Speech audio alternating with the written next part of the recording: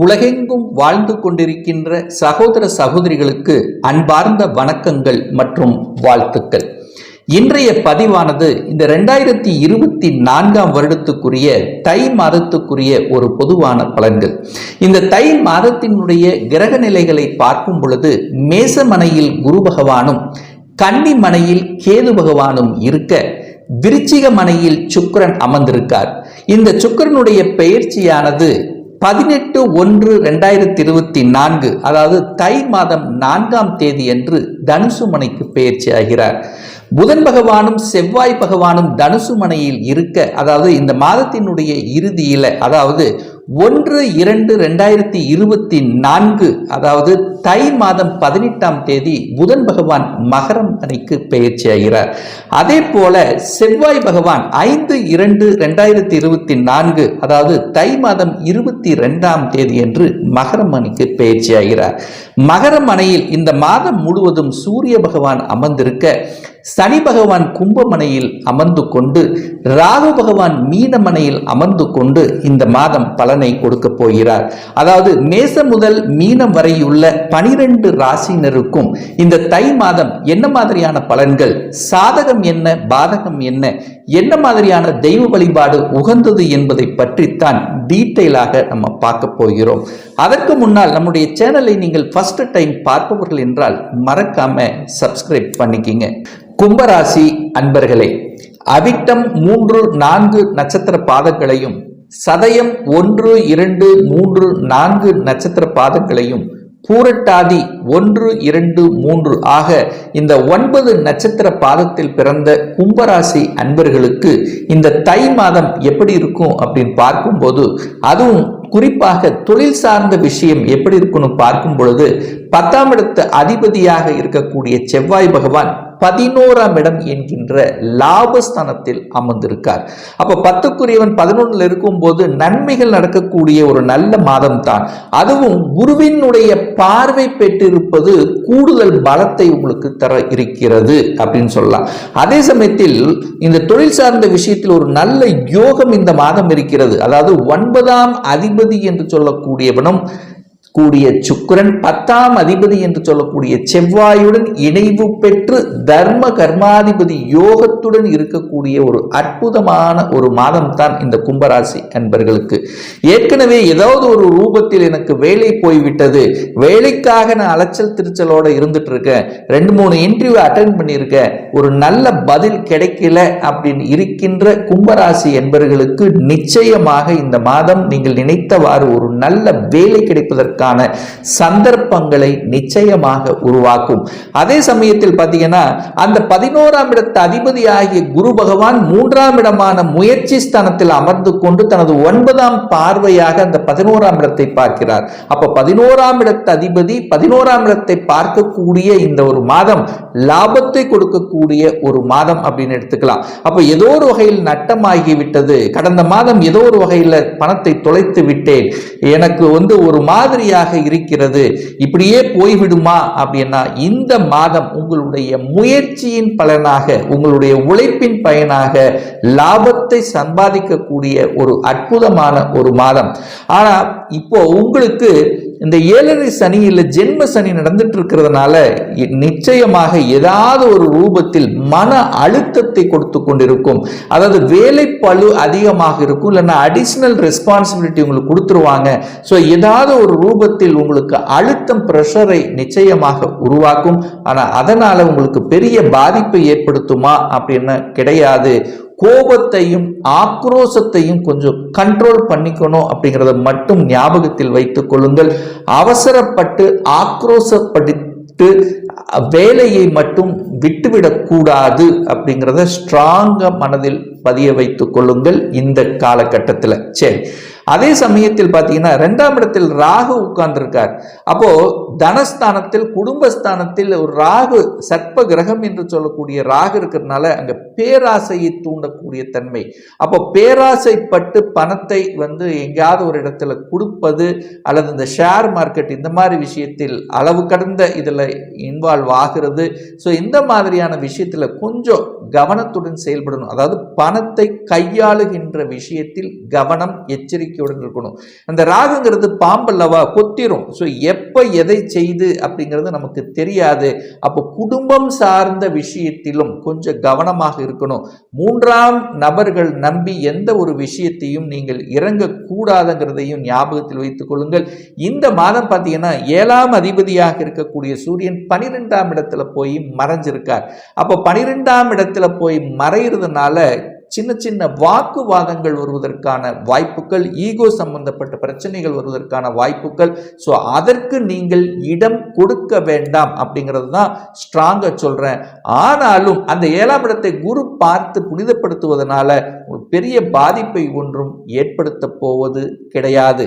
சரி, 3ஆம் இடத்தில் குரு உட்கார்ந்திருக்கார். 2க்குரியவன் 3ஆம் இடத்தில் இருக்கிறதுனால பிரயாணத்தின் மூலமாக உங்களுக்கு அனுகூல ஆதாயங்கள் ஏற்படக்கூடிய தன்மை, புதிய நண்பர்கள் இந்த மாதத்தில் கிடைக்கப் பெறுவார்கள். அந்த நண்பர்கள் மூலமாக அனுகூலம், ஆதாயம், தொழில் விஷயமாக இருந்தாலும் சரி அல்லது வேலை சார்ந்த விஷயமாக இருந்தாலும் ஏதாவது ஒரு ரூபத்தில் உங்கள் நண்பர்கள் மூலமாக நடக்க இருக்கிறது அப்படிங்கிறதையும் ஸ்ட்ராங்கா நம்ம சொல்லலாம்.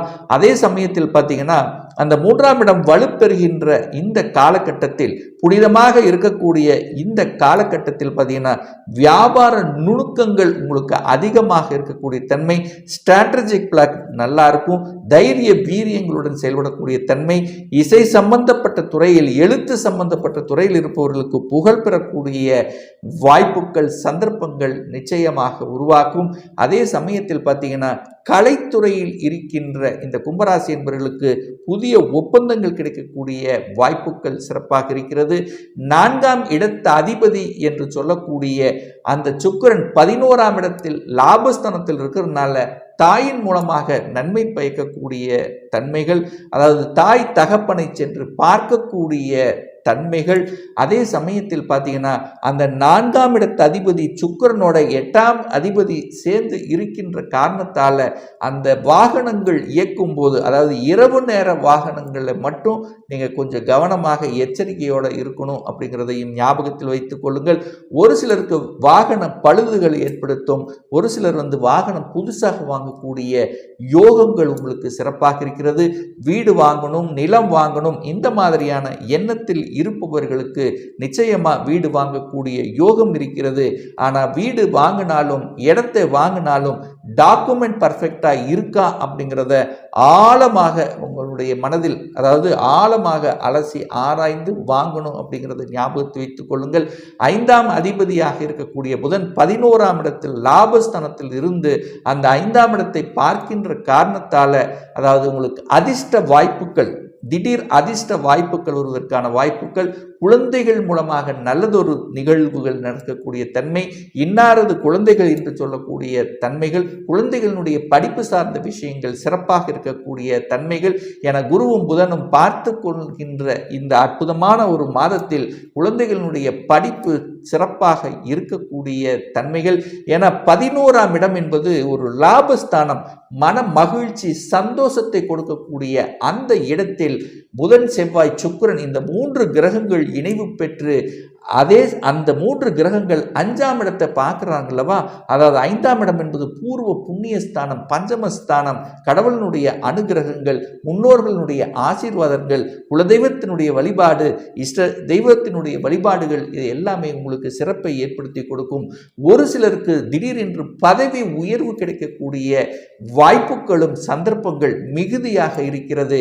அதே சமயத்தில் பார்த்தீங்கன்னா அந்த லாபத்தை கொடுக்கக்கூடிய அந்த 11ஆம் அதிபதி 3ஆம் இடத்தில் அமர்ந்து கொண்டும், அந்த 3ஆம் அதிபதியாக இருக்கக்கூடிய செவ்வாய் 11ஆம் இடத்தில் இருக்கின்ற காரணத்தால், அதாவது குருவும் செவ்வாயும் பரிவர்த்தனை பெற்று பரிவர்த்தனை யோகத்துடன் இருக்கக்கூடிய இந்த காலகட்டத்தில் சொல்லிக் கொடுத்தல், போதனைகள் செய்வது, ஸோ இந்த மாதிரி உபதேசம் செய்யக்கூடிய தொழிலில் இருக்கக்கூடிய இந்த கும்பராசி என்பவர்களுக்கு நல்லது நடக்கக்கூடிய தன்மையும், அதாவது காசு பணத்தை மூலதனமாக போட்டு செய்யக்கூடிய தொழில்கள் என்பது உங்களுக்கு கொஞ்சம் யோசித்து செயல்படுத்தணும் அப்படிங்கிறது ஞாபகத்தில் வைத்துக் கொள்ளுங்கள்.